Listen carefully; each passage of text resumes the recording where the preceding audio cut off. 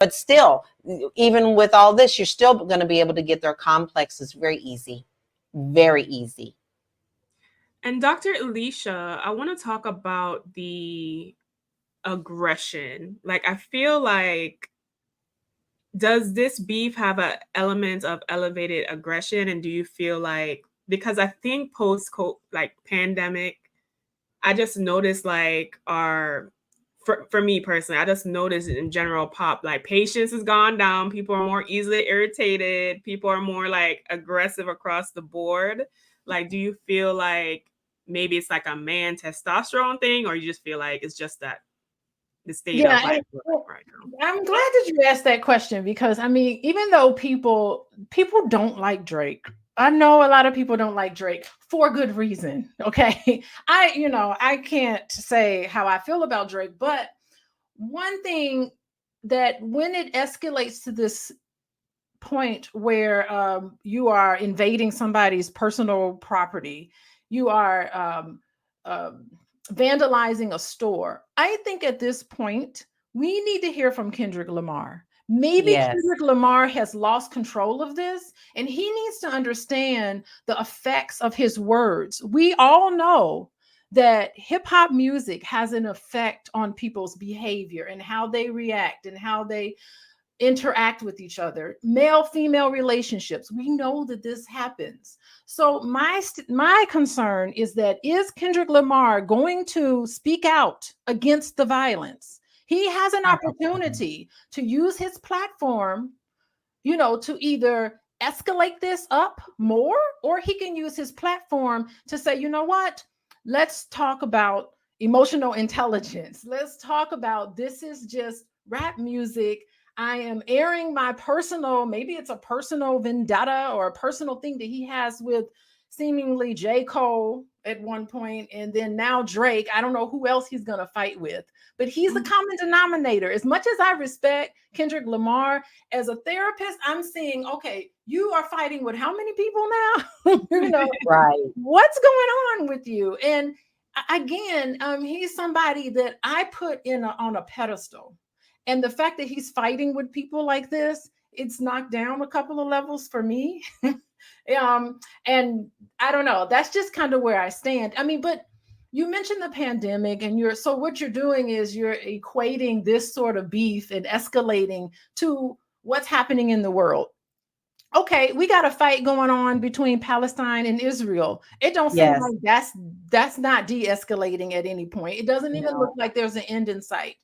We have an election coming up, and we got the rights and the left. It doesn't seem like any one of them are listening to each other. Any one of them are behaving in a way that's mature. So, I mean, hey, adults aren't being mature nowadays, and that's the world that we live in. So do you feel like, I'm sorry, do you feel like us exposing people, like this theme of just exposing people this year, do you think that's just celebrities being immature?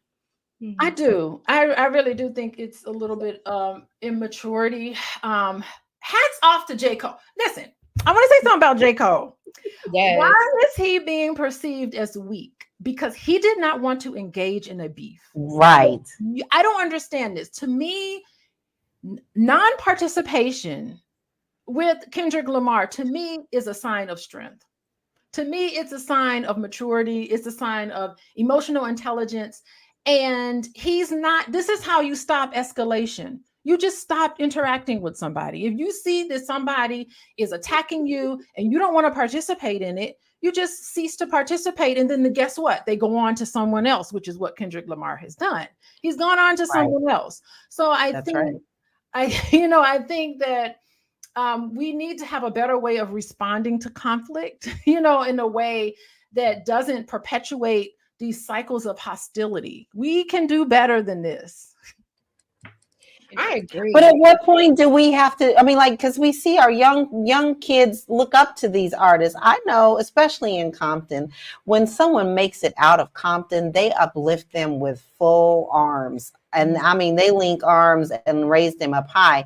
So if you see this, how do you distinguish and sit down and talk to your children about how this is not the way to someone that they actually see as a hero? This is a very hard thing to do with kids, because kids are going to admire who they admire. But we as parents, we still have to do our job as well and say, look, this has gone too far. This is not how you do things in the public. You know, this, you know, you don't turn the other cheek all the time, but there's sometimes that you just need to walk away. And this is a walk away situation. And I'm like you, Dr. Alicia, I'm actually really praying. That's the first thing I said to my husband when we heard about our topic is, oh my God, I hope Kendrick just comes out and says, this is stupid.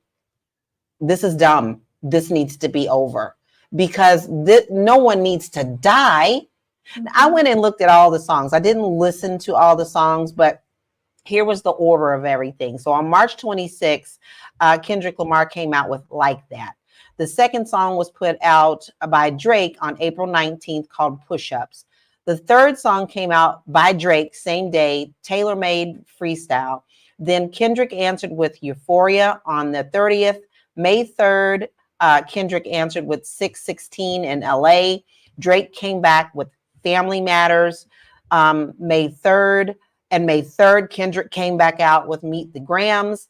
Then May 4th, Not Like Us by Kendrick came out. And then May 5th, The Heart Part 6 came out by Drake. Now, what we touched on yesterday in our conversation, and I highly suggested y'all go back and watch that show because that was pretty good, is that it used to be that it would take time to go in the studio and record a disc